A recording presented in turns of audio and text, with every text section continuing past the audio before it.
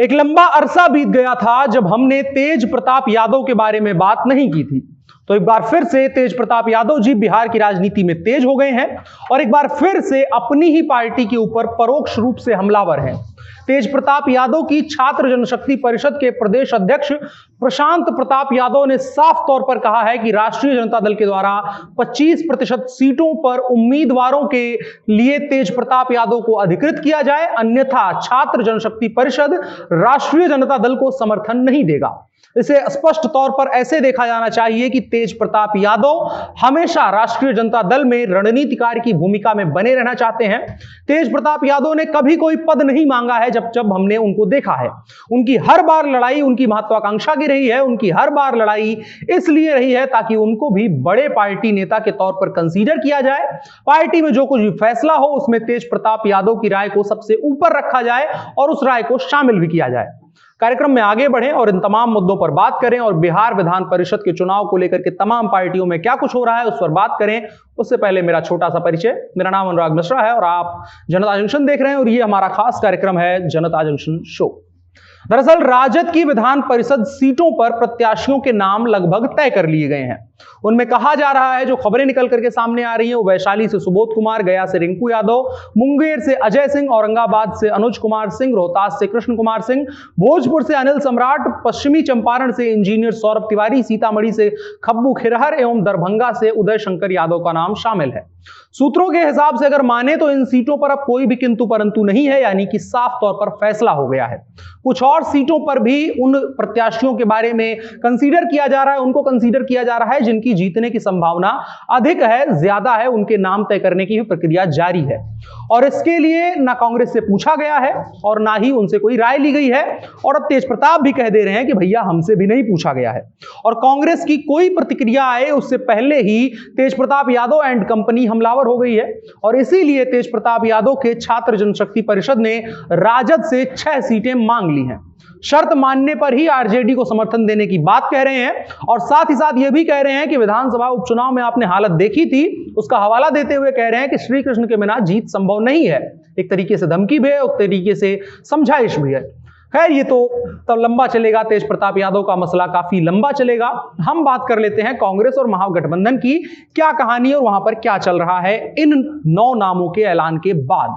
और साथ ही साथ हमको यह भी समझना है कि कांग्रेस उतनी मजबूत नहीं है, तो विरोध का स्वर जो होगा उसकी जिसकी हम उम्मीद कर रहे हैं वो भी मध्यम ही रहने वाला है। स्थानीय कोटे की 24 सीटों पर होने वाले विधान परिषद चुनाव को लेकर के एक बार फिर से रार ठन सकती है महागठबंधन के दोनों दलों के बीच। बीते दिनों हमने उपचुनाव के दौरान देखा था, लेकिन उनसे कोई सबक लेते हुए बिना उस पिछले अनुभव से बिना कुछ सीखते समझते हुए नेता प्रतिपक्ष तेजस्वी यादव ने कांग्रेस की परवाह किए बिना अपने स्तर से 9 प्रत्याशियों के नाम लगभग तय कर दिए हैं, ऐसा कहा जा रहा है।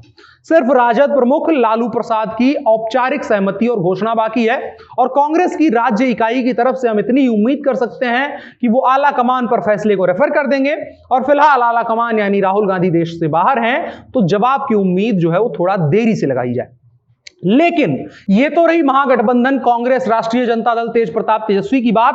अब कर लेते हैं सत्ता पक्ष और एनडीए की बात। सत्ता पक्ष पूरी तरह से घमासान के लिए तैयार है और घमासान मच भी गया है। जो हमने कल कहा था वही आज हो रहा है। बिहार विधान परिषद सदस्य चुनाव को लेकर के भाजपा और जेडीयू के बीच टेंशन शुरू हो गई है। बिहार के मुख्यमंत्री नीतीश कुमार की पार्टी जनता दल यूनाइटेड के संसदीय बोर्ड के राष्ट्रीय अध्यक्ष उपेंद्र कुशवाहा ने बिहार विधान परिषद के चुनाव को लेकर के बराबरी की हिस्सेदारी की डिमांड कर दी है। हम पहले भी यही अंदाजा लगा रहे थे। और इतना ही नहीं, कुशवाहा ने एनडीए के छोटे घटक दल वीआईपी और हम को भी विधान परिषद के चुनाव में हिस्सेदारी देने की मांग कर दी है। कल भी हमने यही बात करी थी कि संभव हो सकता है 2-2 सीटों की बात की जाए कि वीआईपी और हमको दी जाए।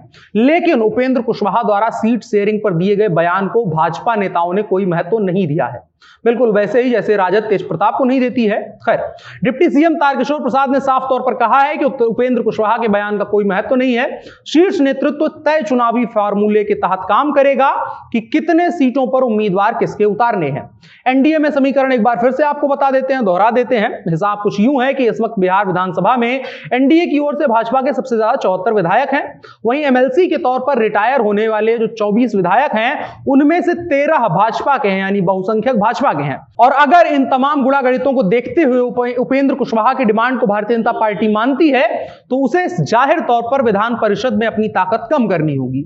और एक राजनीतिक दल के तौर पर कम से कम भाजपा आज की तारीख में जिस हालात में है वो कभी नहीं चाहेगी कि किसी क्षेत्रीय दल के दबाव में आकर के कुछ दलों के लिए वो अपने विधान परिषद में अपनी सीटों को कम कर दे, अपनी ताकत को कम कर दे। स्वाभाविक है कि भाजपा के जिन एमएलसीज का टिकट कटेगा उनके बगावती होने के आसार भी होंगे, तो भारतीय जनता पार्टी किसी भी रूप में ऐसा खतरा मोल नहीं लेना चाहेगी। आगे हम खबरों में बात करेंगे कि उत्तर प्रदेश में कुछ ऐसा ही हो रहा है, तो कम से कम भारतीय जनता पार्टी बिहार में किसी बागी को झेलने की स्थिति में नहीं है और वो किसी कीमत पे नहीं चाहेगी कि दूसरे दलों के लिए वो अपनी पार्टी के अंदर कोई सी कलह मचा दे, कोई रार मचे, और जिसके बाद खेल रोमांचक हो जाएगा अगर भारतीय जनता पार्टी इन तमाम मांगों को नहीं मानती है।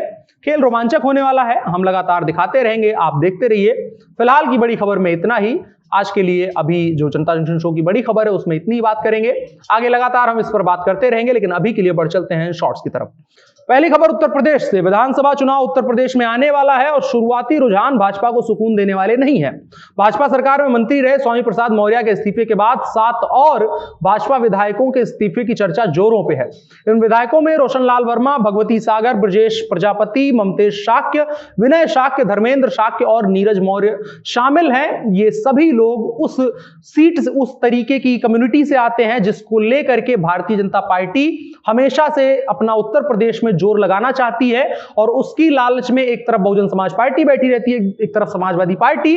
तो दोनों पार्टियां भारतीय जनता पार्टी के ऐसे नेताओं को टारगेट करती रहती हैं जो दलित हैं, जो ओबीसी हैं, जो पिछड़ी जातियों से आते हैं, और उसी कड़ी में स्वामी प्रसाद मौर्य की एक तरीके से पार्टी उन्होंने छोड़ी है। और दूसरी तरफ इन 7 विधायकों के नाम की भी चर्चा है और कुछ खबरें आ रही हैं कि 3 विधायकों ने छोड़ भी दिया है। रोशनलाल वर्मा ही स्वामी प्रसाद मौर्य का इस्तीफा लेकर के राजभवन गए थे, जिसका साफ मतलब होता है कि वो भी उनके साथ में है।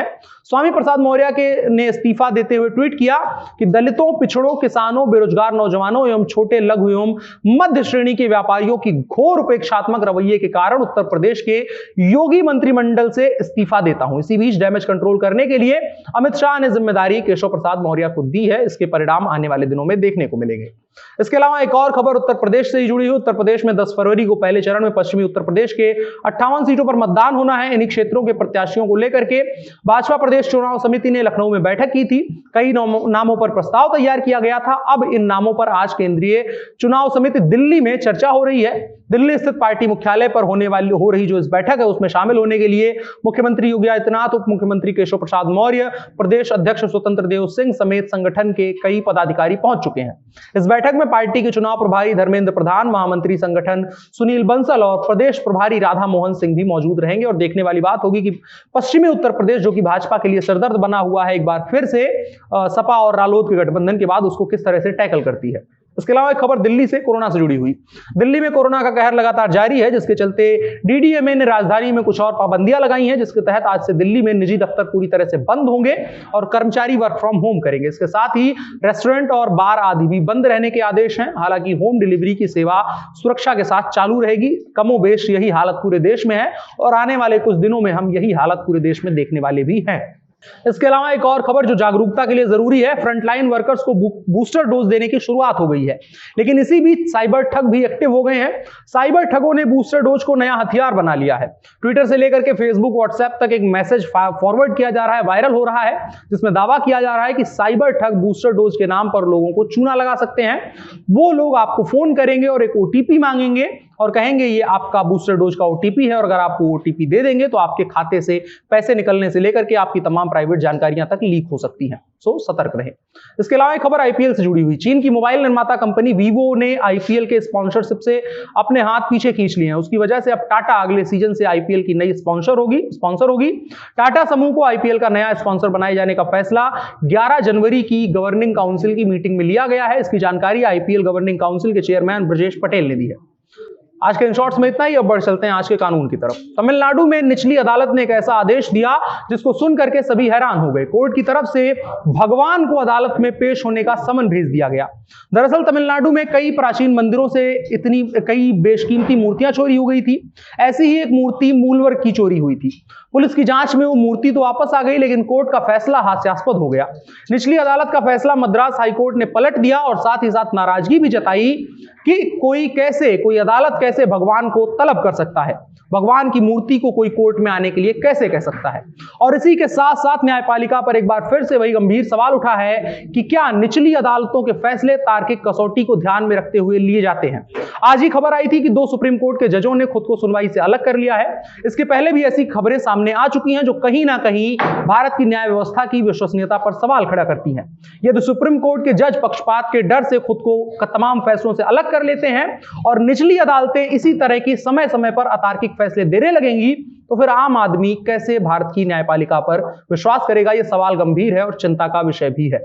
आज के कानून के हिस्से में इतना ही। अब बढ़ चलते हैं कार्यक्रम के आखिरी हिस्से की तरफ, जो है नसीहत। आज की नसीहत लाल बहादुर शास्त्री जी की तरफ से है। आज ही उनका ताशकंद में निधन हुआ था और अभी तक उनकी जांच पूरी नहीं हुई है। वो कहते हैं, यदि मैं एक तानाशाह होता तो धर्म और राष्ट्र अलग अलग होते।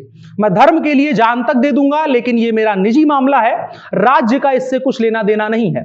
राष्ट्र धर्म निरपेक्ष, कल्याण, स्वास्थ्य, संसार, विदेशी संबंधों, मुद्रा इत्यादि का ध्यान रखेगा, लेकिन मेरे या आपके धर्म का नहीं, वो सबका निजी मामला है। सरल सी भाषा इतनी है कि जो भी सरकार में बैठे लोग हैं, विपक्ष में बैठे लोग हैं, आम लोग हैं, पार्टी के समर्थक हैं, तमाम लोग हैं, उनको ये चीज समझनी चाहिए कि राष्ट्र और धर्म दोनों एक अलग अलग चीजें हैं।